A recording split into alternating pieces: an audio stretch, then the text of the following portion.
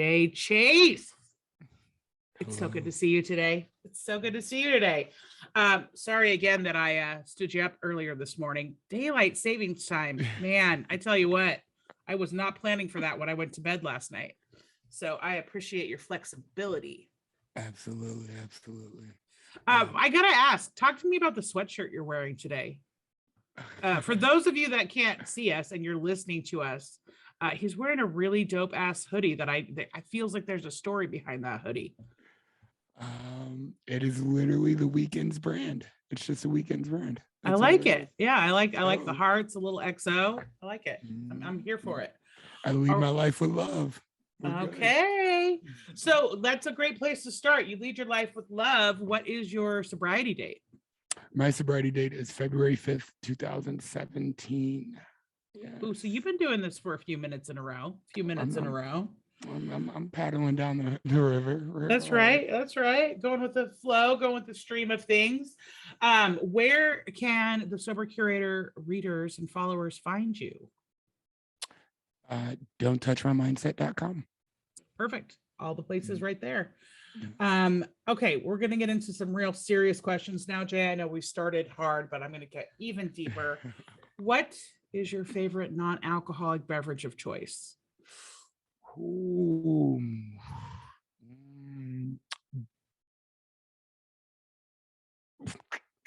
The new Budweiser. The new Zero, Yeah. Okay, I saw someone. I was up at the ski resort yesterday because, here in Seattle, we can get to the beach or the mountains in like a matter of minutes. And I saw someone holding one of those. And I was like, ooh, there it is in real life. Wonder what that tastes like.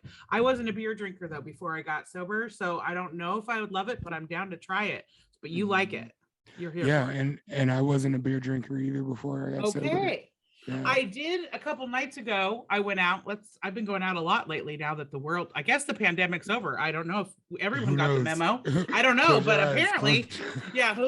But I was another place on Friday night, and it was a sparkling hops non-alcoholic beverage.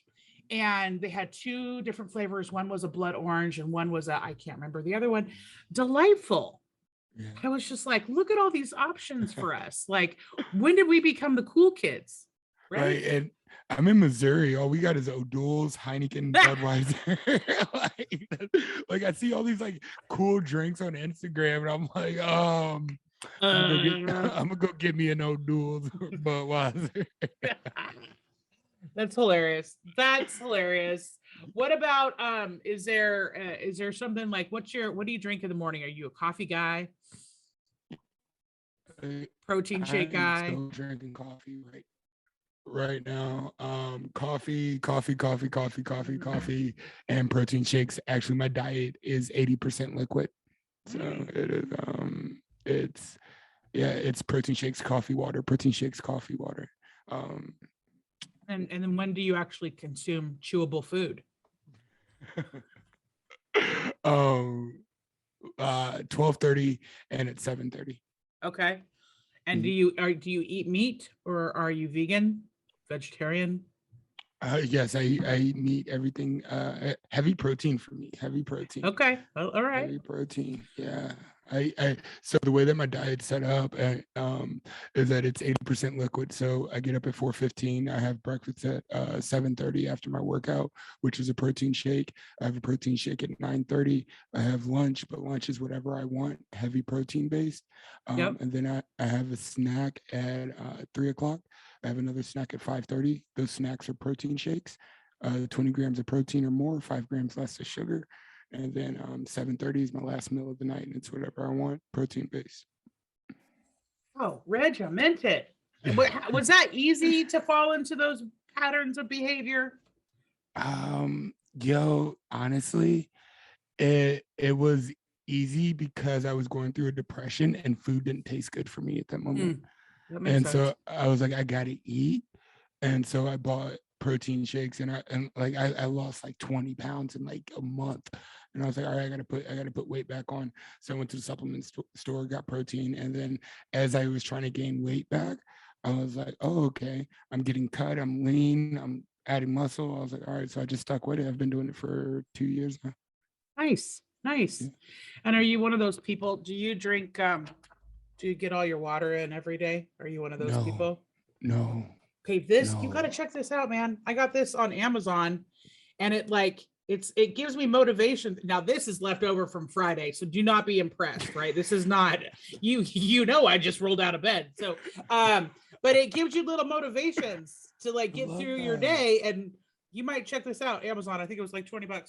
Yeah, Um I've been telling myself I need to drink more water. Gotta take care it's of this so good for voice. your skin and your joints and your metabolism and just keeping all the things going.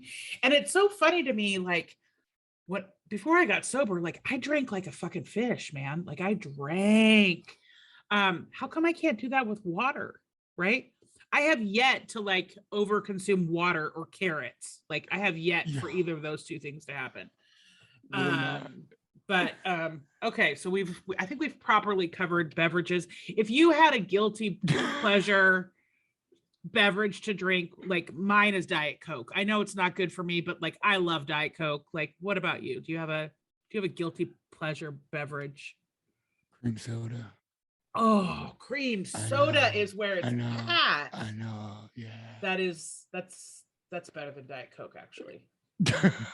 Cream I soda. would like to take my answer back and take your answer. Um, Oh. okay. Let's move over to talking about quit lit books, Okay. memoirs. Is there a book that has been a real standout for you in your recovery?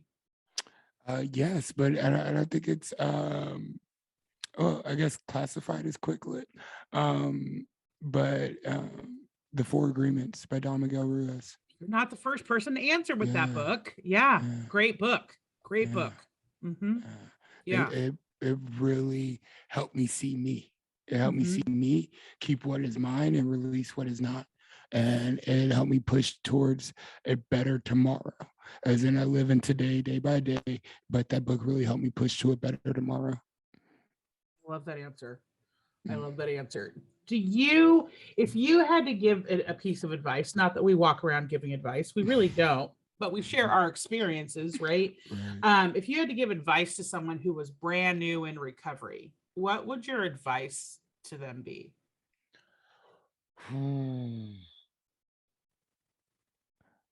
First things first, release the hope of forever and release the fear of losing something.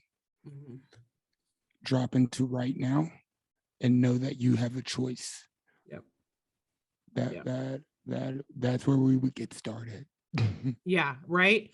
I have this memory of sitting in I did outpatient because I was just too busy for inpatient, I guess. But I did outpatient and I remember sitting in a circle and this girl just like she had this moment where she was like, forever? We can't drink forever? Like I just remember her voice like went up like 5 decibels.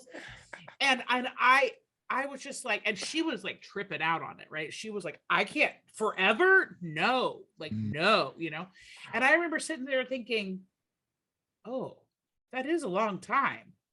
I hadn't really thought about what this situation I got myself into, right? And so yeah, people can get super tripped up on the forever thing. So you got to let that go because it is just today.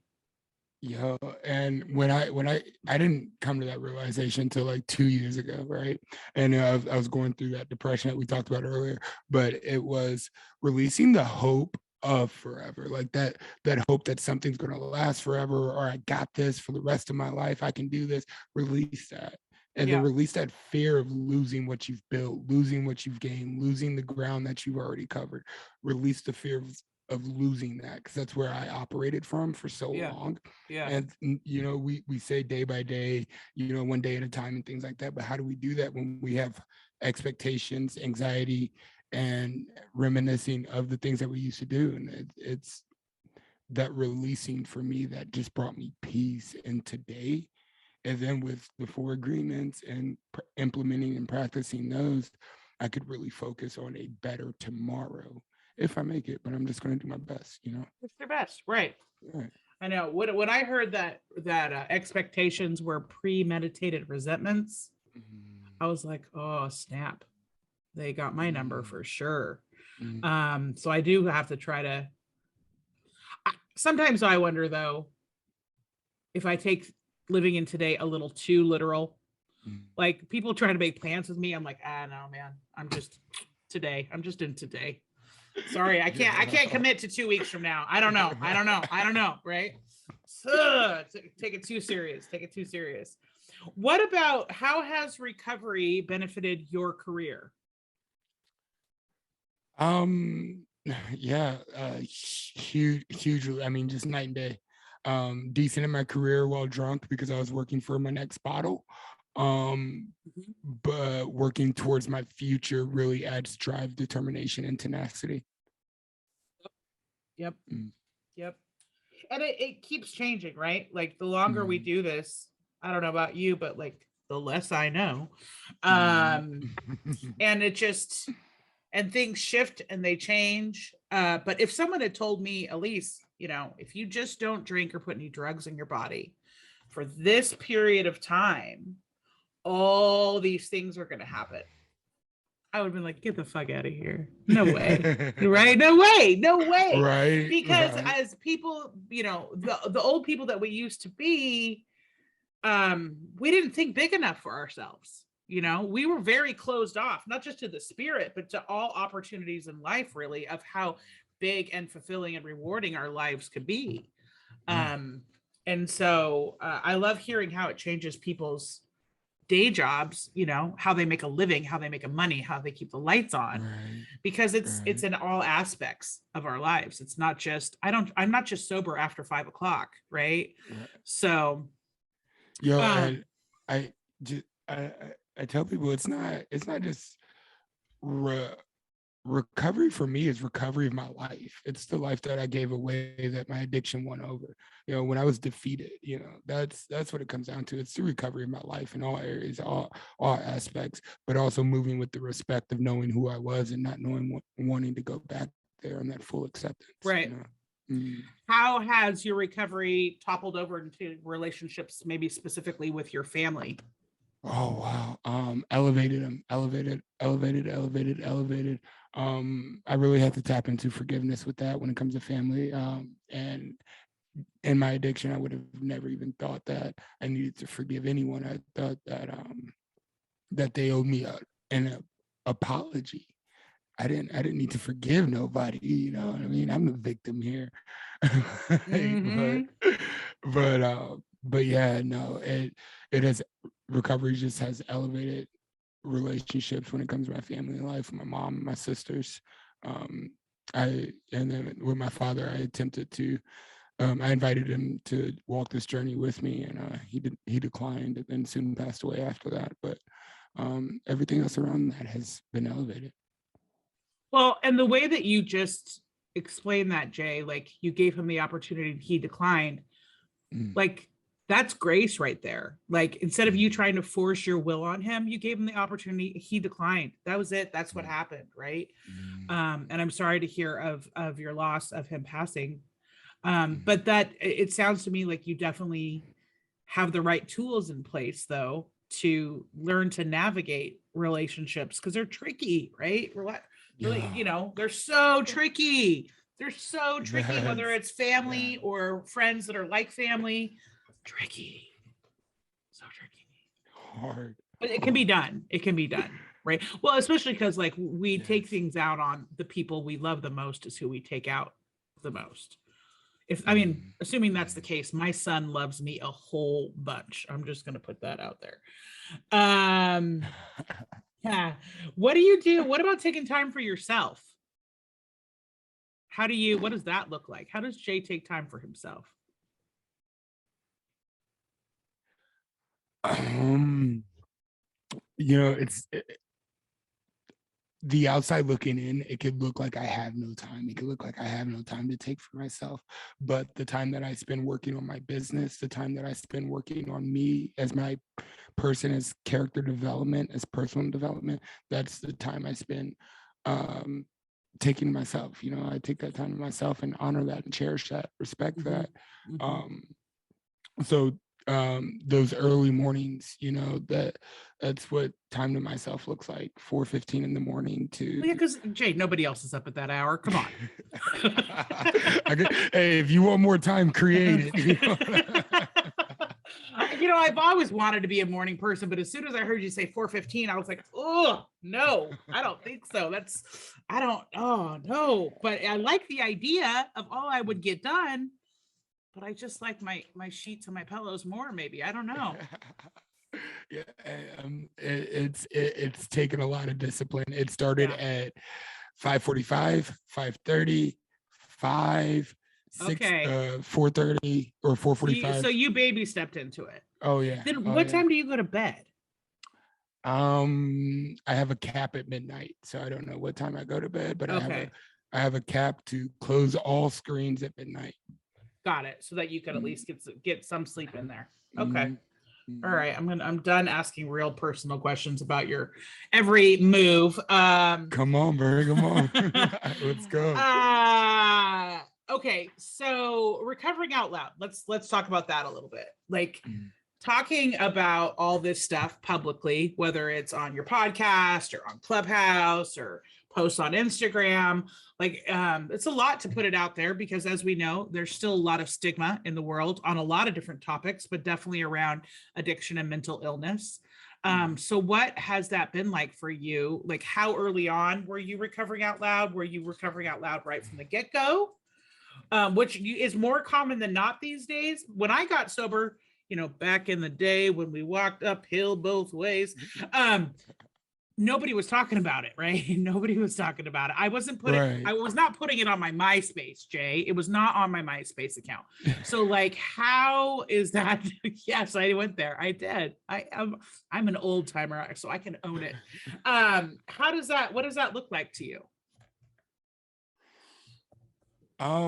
It honestly did not start people who were close to me knew that I didn't drink. Yep. Right. When I really started, putting myself out there with the podcast and things, I didn't start until October of last year, 21. Okay, so yeah, you gave yourself a minute to get your ducks in a row, right? 4.5 years. Yeah, that's a good solid minute, right? I guess I get really anxious about people that have a literal minute in sobriety and are out there, with 6 months sober, I'm a recovery coach now. I'm like, oh my God, what do you think you know? You don't even know what you don't know. You don't even know what you don't know. What are you doing? You cannot speak on behalf of all of us. So I applaud that you gave yourself some time to get yourself straight first. But please know, I'm all about recovering out loud these days. I'll put it on a t-shirt. I'm not afraid. Right. But it took me a while to get there with my own comfort level. And even being there now, I still bump into things around the stigma, especially in the workplace, because drinking in the workplace, especially when I'm in media and sales. So that's where all of the business is happening, right? So it's kind of scary to put it out there. Have you had any situations where it's backfired, where you've gotten burnt because of it?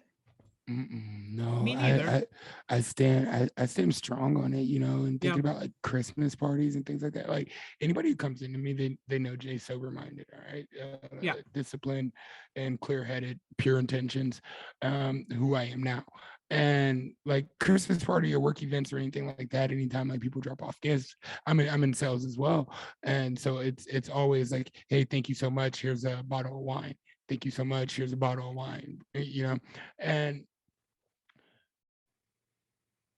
whenever asked those questions or when it's brought up, I'm like, I can't do it unless you want me to burn this entire place down. I can't do it.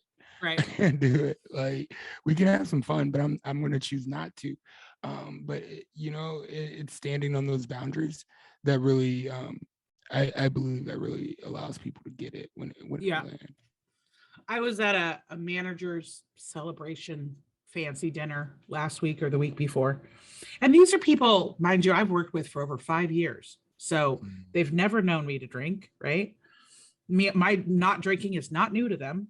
But we sit down and the guy to my left, he was like, this is probably hard for you, right? And I was like, at first I was like, what is he talking about? Like leaving my house, sitting at a restaurant without a mask on, like, you know, like what is he talking Right. about? And then I was like, oh, he's talking, oh, because you know they're bringing all kinds of stuff to the table. There's like 6 bottles of wine, like it was like, you know, because it's a celebration, right? And I was like, no, Right. I'm gonna be all right. I'm gonna be all right, you know. And then a little bit later, we went in for the toast, the cheers, one of the first ones of the night, because these people love to toast themselves. Right. And the guy to my left, he would not clink glasses with me because I didn't have alcohol in my glass. And his Oh, belief, wow. superstition, whatever you want to call it, is that it would be bad luck for him to toast with me because I don't have alcohol in my glass. And I was Yeah. like I really like talk about feeling like odd man out. I was like, well, okay, you know, but that's, I mean, it was very real for him. So I was Yeah. just kind of like, at first I thought it was a mistake. Honestly, I went to cheers him and he moved his glass and I was just like, oh, you know, oh, Over here, buddy. Over he was going here. up for somebody else. So I cheers somebody else and then I came back around, Rat came in for the swoop and he did it again. And I was like, oh, he really is not going to cheers me. He's not cheersing my He water. is not cheersing me. Yeah, so you know, it's, I think we have a ways to go. And I guess where I look at it now is I can see a world a decade from now, maybe, where people look at drinking the way that people look at smoking now compared to how they looked at smoking cigarettes 10 years ago, 20 years ago. It still happens. There's still a lot of smokers in the world, right? It's kind of looked down upon. People know it's not Right. healthy, right? So I feel like the Right. trajectory of alcohol is maybe going that way, but who knows? I just know it's not right for me. And I don't care if people around me drink I as long as they don't mean, make it weird. Just don't make it weird, right? right? What That is it? that's that one. That's wild. That's crazy. That one, I've never heard that superstition, and two, that's him giving away all power that he ever has when it comes to personal power. If if he's basing luck off of alcohol, but that's just a thing for me. And I think we can take the world that way, if we continue to do what we're doing. And you know, with me, I'm also a speaker, public speaker, and I speak and help substance abuse addicts realize that they have a choice in taking control of their lives. And the message that I bring when I speak to addicts in active recovery, because I don't talk to the ones in newly Right. recovery, Right. you're like 6 months and above, is when we start talking. You know, even when it comes to my coaching clients, when we start talking, how long have you been in recovery? You know, 6 months. You know, that's my minimum. It's the leadership that we have now with the sober curator, with the message I bring when speaking. That's how we can shift the world there. And I truly believe that it's headed that way as well. We can expedite that and automate that if we just keep going. Total world domination. Yeah. What would, I love your 6-month mark. I think that there's probably even a lot of scientific research that we could go and find that would back up the reasons why 6 months is a great place for you to have fully detoxed all the things in your body. I can remember when I in early sobriety, this little lady, Rita, God bless Rita, she passed a couple months ago. She had 46 years sober. I love that woman. And she said to me, if you can just get 90 days, Elise, the real magic happens around 90 days. I was like, okay, I can do that, Rita. So then I got to 90 days and she's like, actually, it's the 6-month mark. You really just, 6 months is when it starts to really kind of clear out. I was like, okay, Rita, I can do 6 months. So then I got to 6 months and she was like, actually, it's more like 9 months, because that's how long it takes to grow a baby. So about 9 months, you're really gonna feel, yeah. And so then got to 9 months, and she's like, actually, it's the year mark. And she kept doing that for the whole time I knew her. She just was constantly moving the carrot for me. But I think she must have known subconsciously maybe that I needed that. But I do think in all seriousness, that 6 month mark, if you can get to the 6 month mark, you really have a chance, right? And what I have learned about being in recovery is that if you're given that chance, you shouldn't take it for granted, right? Because not everybody gets that. Do you have any words of wisdom that you would share to someone who's thinking about starting to vocalize their recovery on the internet, social media, in their daily lives, regardless of how long they've been sober, maybe, but just any wisdom or advice around that? This shit's like walking on a tightrope. Stay focused. Stay focused. Yeah. Don't let the internet influence you, but inspire the internet. Yeah. I love that you just said that, because for me, there is a difference between living in recovery and performing recovery. And I know when I'm performing recovery, I am not spiritually fit. I'm not in it for the right motives, right? I'm not in it to help that one person. I might be telling myself that I am, but not really, not when I'm performing. But when I'm just authentically being true, and I let the universe come in and work through me, it's just different, right? People get pulled into my life. And for me, recovering out loud, I have made incredible relationships with people, whether for whatever reason. In some cases, I've sponsored women that I end up meeting because somebody knew somebody who knew I was sober, who knew that this person needed to get sober and needed help. And so more often than not, my recovering out loud has connected me in ways that I would have never been connected if I hadn't shared that. So 100%. So being vulnerable like that pays off, right? Yeah. It totally pays off, but you do have to be focused and intentional about it. And you can just see the difference when that's not at play, I think. Right. 100%. 100%. I completely agree with that. You have to be focused, and there's such a difference, and you got to work on that spirit and that character. If you're just doing it for a niche, if you're just doing it for a niche and you're trying it out, I always tell myself, when I'm talking to somebody who just chose to step into sobriety and see how it is, I'm like, yo, you're a lot stronger than me, because I'm an addict. This is life or death for me. There is no I didn't work out, I gotta watch my drinking now. No, this is life or death for me. So that's I like that. You and I are in the same camp for sure. If you could go back and tell your newly sober Jay self at 6 months, one piece of advice for newly sober Jay at 6 months, would you tell yourself anything? Yeah, these people are here to help you, Jay. These people are here to help you. 100%. Doesn't always feel like that, though, does it? Not always, especially not in the beginning. It's like, who does this person think they want me to do what? Yo, check this out. When I was 6 months sober, it was me getting released from prison. I was in prison for 6 months, and that was the start of my sobriety.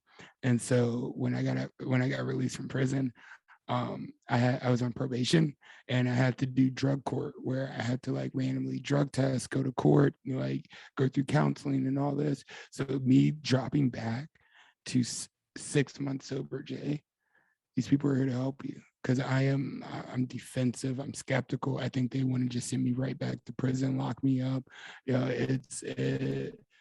full and being Black and completely trusting and putting my freedom into just a group of white people, scary. No offense to you, but just, No, with the I'm scared system, for you. Yeah, no, I get it. And so yeah, it's looking back on that now, just saying, yeah, those people are there to help me.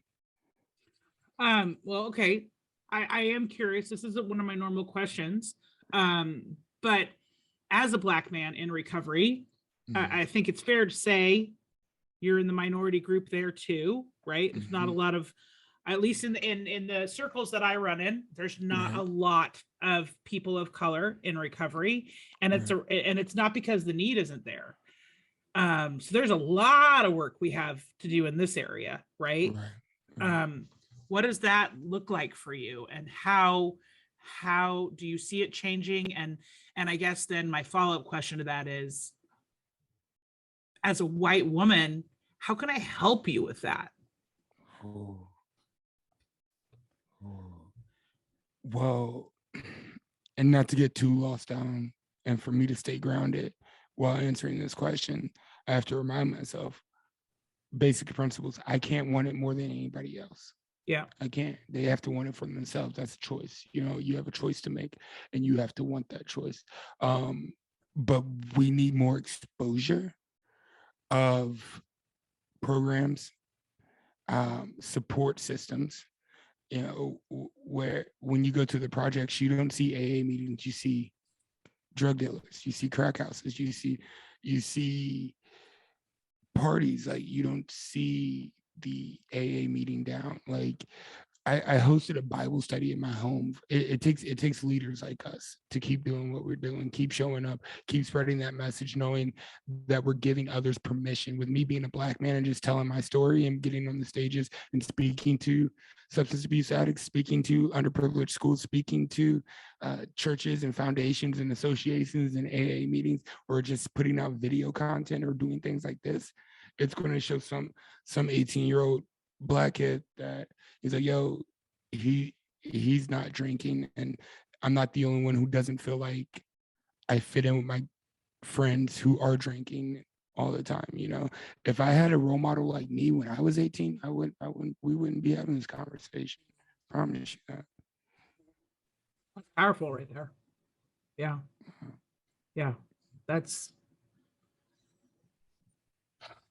There's just so much to do. And sometimes I get overwhelmed on where to start, but you start where you're at, right? And you just do the best that you can do.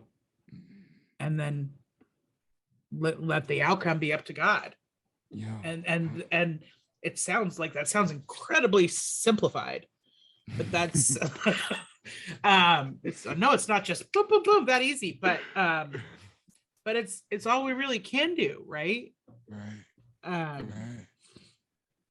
Do you have, you talked a bit about church and Bible study and other organizations. Do you have any nonprofits that you're really close to, you do a lot of work with, any nonprofit organizations?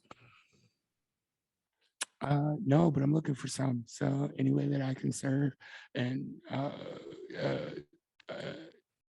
elevate and accelerate the movement.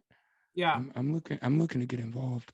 There's like I said, there's an organization here in Washington called Pure Washington, and I have a friend that works there. I want to connect you guys together.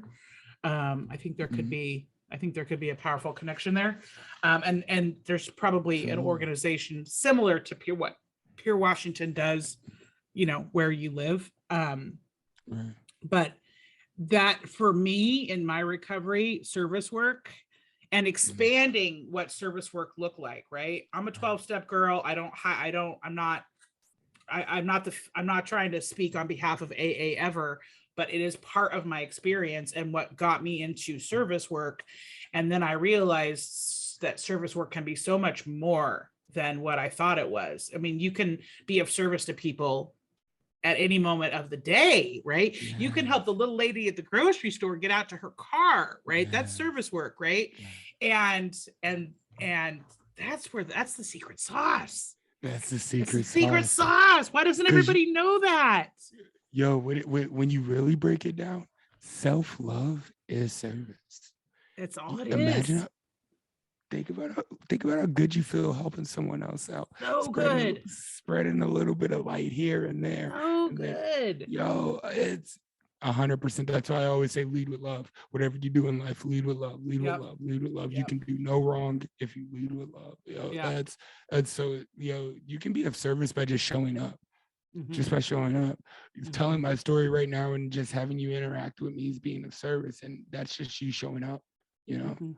Well, 100%. when I did finally show up, let's be clear, Right. Jay. I had to release and let go, right? You did. You I couldn't released and let have, go. That Elise did not set her alarm clock.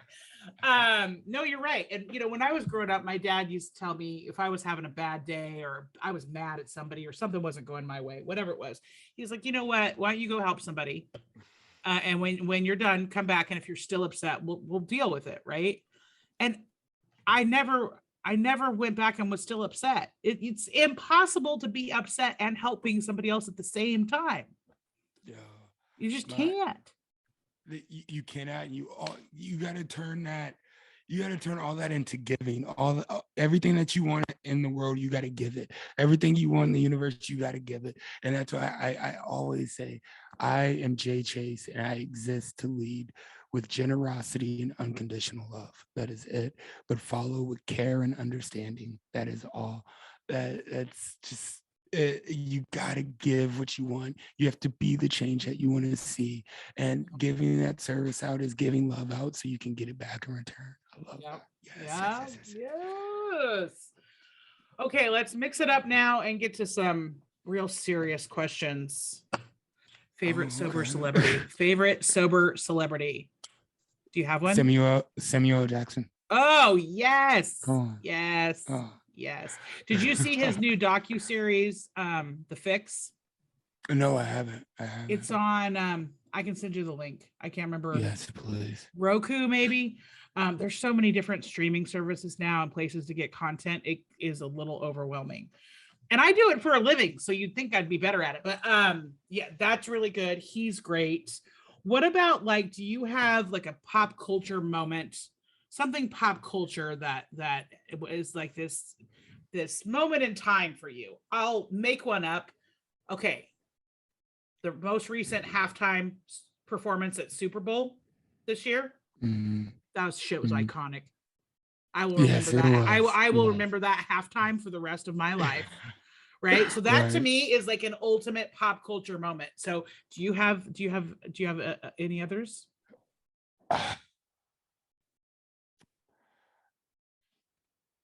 Halftime Super Bowl show, Justin Timberlake, Janet Jackson. I was at my grandmother's house when I watched that.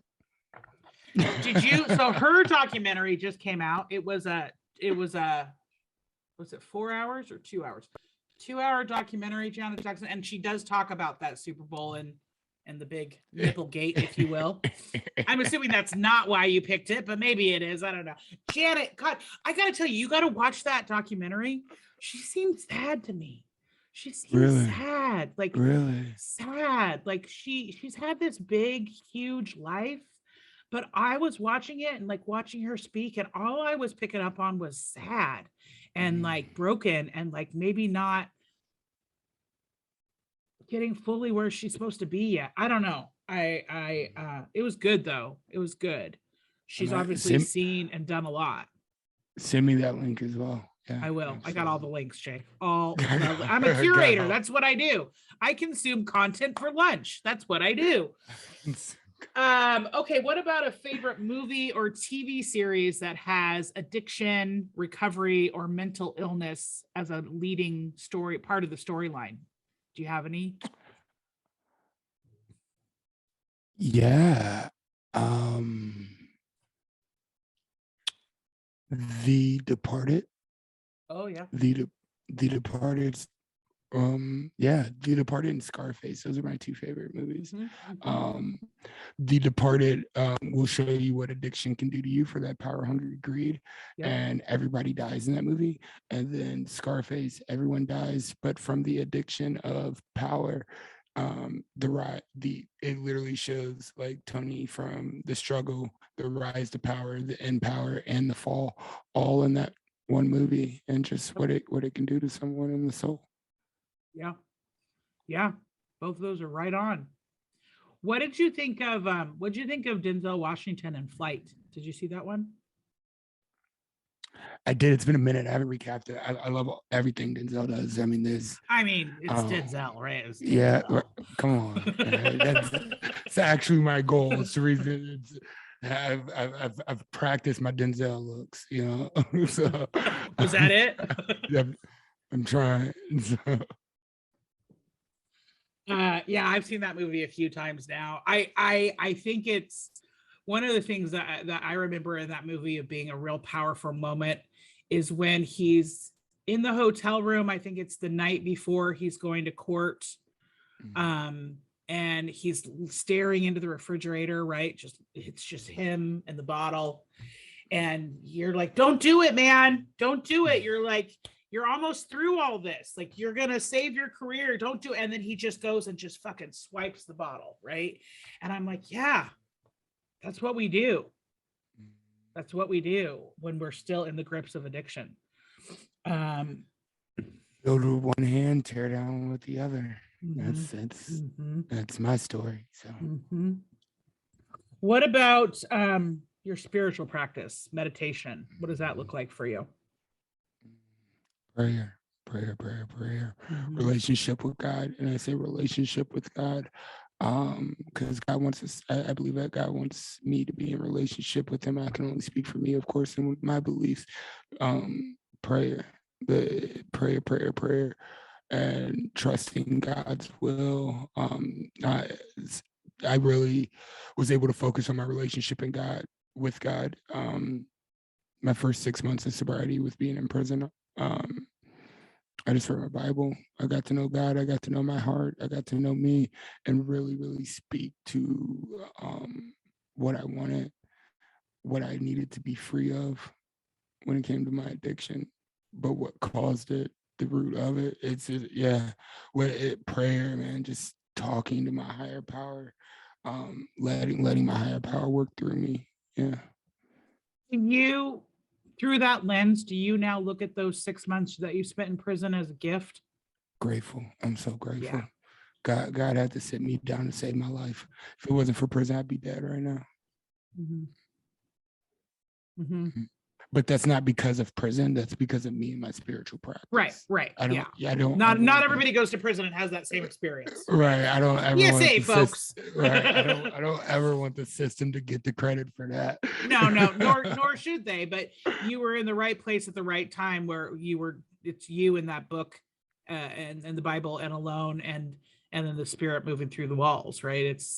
That's what and you being at a place where your heart and your mind are open and willing. That willingness is like so key. Do you think people have to hit a rock bottom to get to that? Depends on how far they've already went.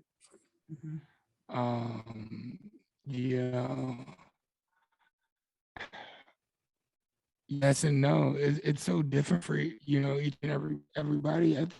But I think it takes a certain level of defeat for any human to recognize, accept, and change your flaws. Am I cutting out on you? You're good. Okay. But yeah, I think it takes a certain level of defeat for any human to recognize, accept, and then change their flaws.